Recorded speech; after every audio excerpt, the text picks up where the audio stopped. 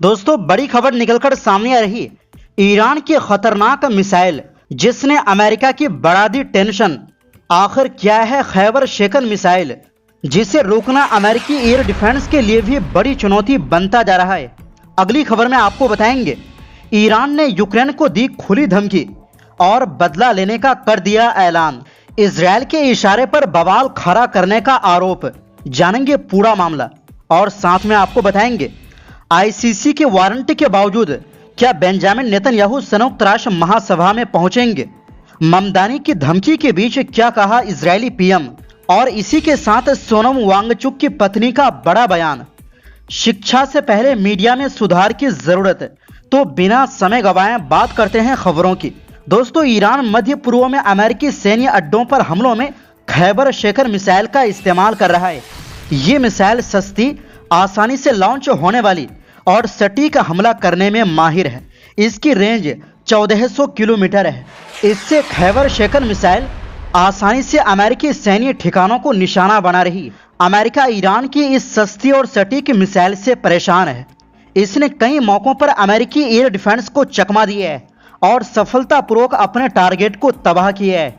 Pentagon ने Iran की बढ़ती सैन्य ताकत पर चिंता जताई और मिडिल ईस्ट में अपने सैन्य ठिकानों की सुरक्षा को मजबूत करने के लिए कई कदम उठाए हैं।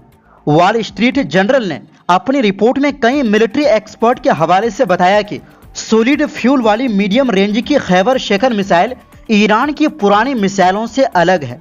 पुरानी ईरानी मिसाइलों को लॉन्च करने से पहले उनमें फ्यूल भरना पड़ता था, जिसमें काफ़ी समय लगता था। वहीं खैबर शेकन मिसाइल में पहले से ही फ्यूल भरा रहता है। इन्हें आसानी से ट्रकों या दूसरे वाहनों पर लोड करके लॉन्च किया जा सकता है, जिससे ईरान के मिसाइल लॉन्च साइट्स को नष्ट करने की कोशिश कर रहे अमेरिकी और इजरायली लड़ाकू विमानों से बचना आसान हो जाता है। अमेरिकी सेना ने दावा किया है कि उसने ईरान की ज्यादातर खैबर शेकन मिसाइलों को मार गिराया है। वहीं कुछ मिसाइलें अमेरिकी इंटरसेप्टरों के हमले से बचने में कामयाब रही।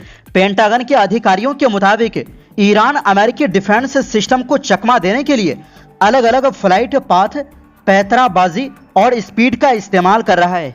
एक्सपर्ट के अनुसार खैबर शेकन मिसाइलों को दूसरी मिसाइलों के मुकाबले नष्ट करना भी मुश्किल है, क्योंकि ये बेहतर तरीके से दिशा बदल सकती है।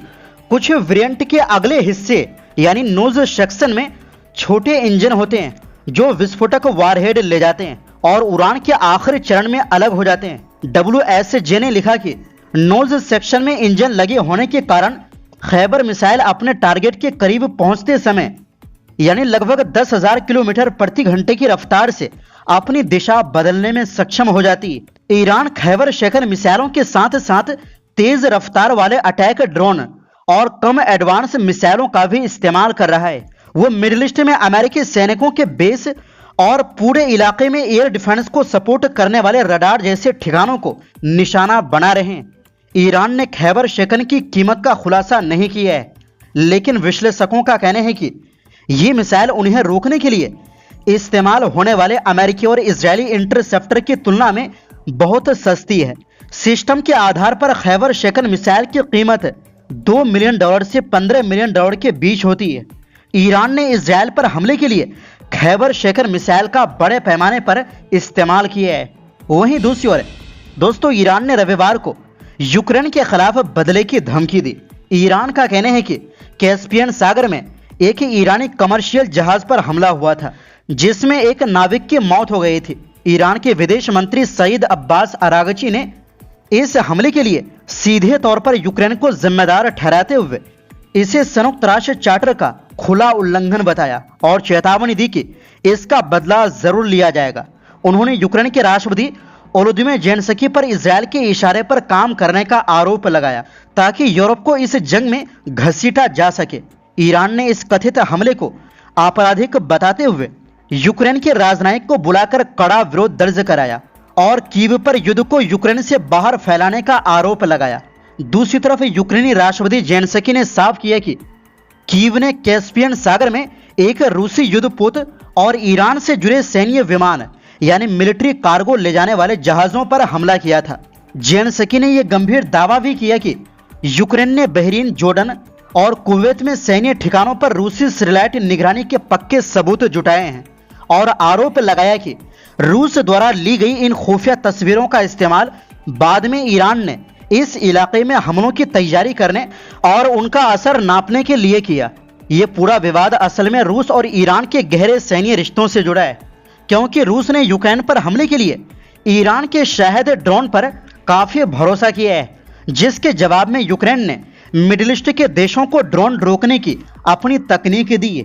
ये ताज़ा आरोप तेहरान और कीव के बीच तनाव में तेजी से बढ़ोतरी दिखाते हैं। वहीं दूसरी ओर दोस्तों, इजराइल के प्रधानमंत्री बेंजामिन नेतन्याहू ने साफ कर दिया है कि वो न्यूयॉर्क में होने वाली संयुक्त राष्ट्र महासभा की बैठक में हिस्सा लेने जरूर जाएंगे।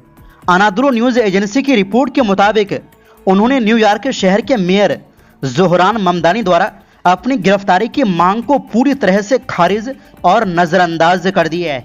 फॉक्स न्यूज से बात करते हुए नेतन्याहू ने सितंबर में होने वाली इस बड़ी कूटनीतिक बैठक पर कहा, मुझे कोई चिंता नहीं है और मेरा इरादा निश्चित रूप से वहां जाने का है।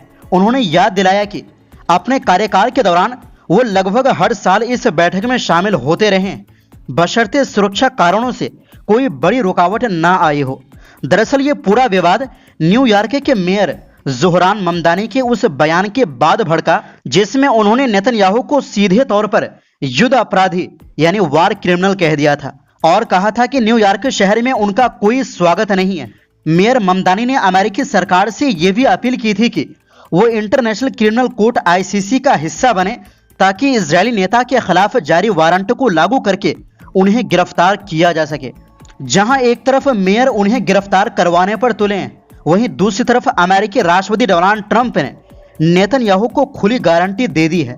ट्रंप ने वादा किया है कि जब नेतन्याहू संयुक्त राज्य अमेरिका के दौरे पर होंगे तो उन्हें बिल्कुल भी गिरफ्तार नहीं किया जाएगा।